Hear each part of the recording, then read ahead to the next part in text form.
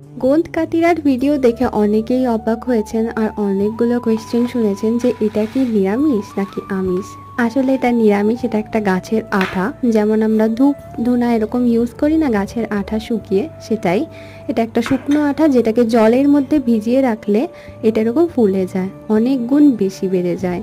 তো কতক্ষণ ভেজাতে হবে? এটাকে 4 ঘন্টা থেকে সারা রাত ভিজিয়ে রাখতে হবে। আর এটা ঠান্ডার জন্য নয়, এটা গরমে খেতে হয়, খুবই ভালো, এর বেনিফিট অনেক আছে।